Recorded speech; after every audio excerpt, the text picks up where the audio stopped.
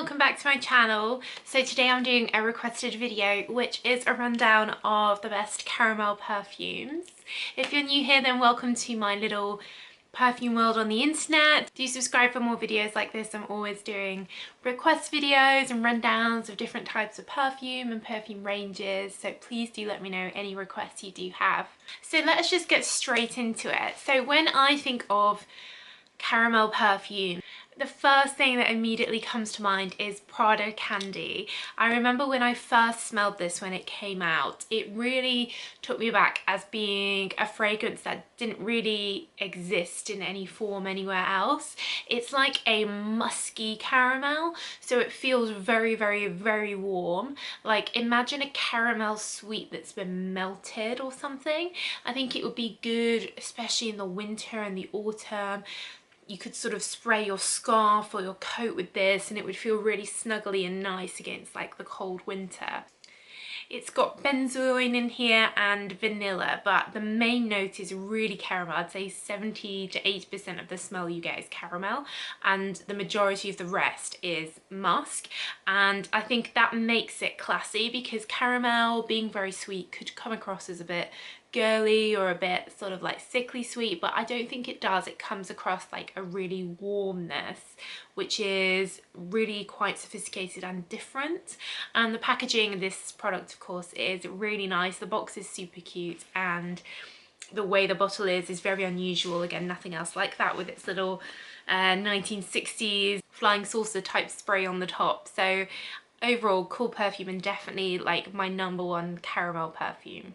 Next on my list is Balm Balm from Victor and Rolf. Again, this is probably the second thing that comes to mind when I think of caramel, but this is a slightly fresher, lighter version of a caramel perfume compared to Prada Candy. The other main note in here is peach, and when you first spray it you get some zesty, mandarin-y, orangey notes, then the peach, and then the caramel comes through. So this is quite a typical sweet perfume, very like gourmand, typical sweet, and it just happens to be caramel that they've chosen as the top note. So if you're looking for something that's not quite as like warming and musky as Prada Candy, then Balm Balm might be good if you want something that's just like being in a light-hearted, fresh caramel factory. Next up is Luna from the Nina Ricci range. I always get sentimental when I think of these perfumes because I think the original Nina Ricci, the red apple one, was like the first perfume I ever really had, so I always get sentimental. This one though doesn't smell like the original. It is a completely different formulation basically, and it is really caramel. I guess the whole idea of it being lunar, it's like nighttime, so it's a bit more sensual. It's not fresh like the other one is. You've got vanilla and like a mixed berry typeness to it, but they've also put in licorice, and I think the caramel and the licorice in this case work quite well together, and it feels like a sort of soft, mysterious, yes, predominantly caramel, but there is all the sort of woody evening notes in here as well. I think this would be a really nice one for an evening, even like date night type perfume, rather than a daytime perfume.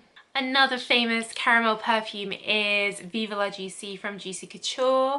This is caramel and vanilla.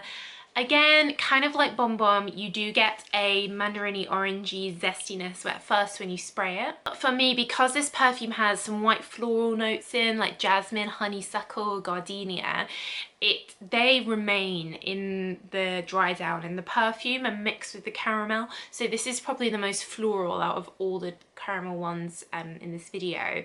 To me, it smells light, sweet, and young. And it really takes me back and reminds me of my teenage years, because I think it came out around then, and I think lots of people like at school had this perfume, so it always like takes me back. It's amazing the way that like a smell can just take you back to a moment, and Viva La Juicy really does that. Then lastly, I did want to mention Angel from Thierry Mugler. Even though the main note here isn't caramel, it is one of the main notes. Patchouli, praline-y, chocolatey notes are the dominant ones here, and caramel is very much up there mixed in with all of them, but it's not the dominant note in the way that it is for the other ones that I've mentioned, but I thought it was worth putting in here because that sort of chocolatey side of caramel, imagine like a caramel coated in chocolate, like a sweet that you have at Christmas or something.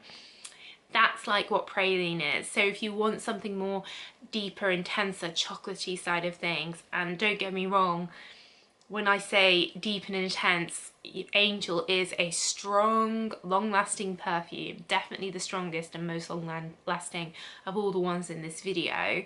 Then this is a good option if you want something that's really caramel but really chocolatey as well. So that's it. Let me know if you have any other caramel ones to add to the list, and do give the video a thumbs up if you found it useful, helpful, or if you liked it. But that's it, so thank you so much for watching, and I'll see you again soon. Bye!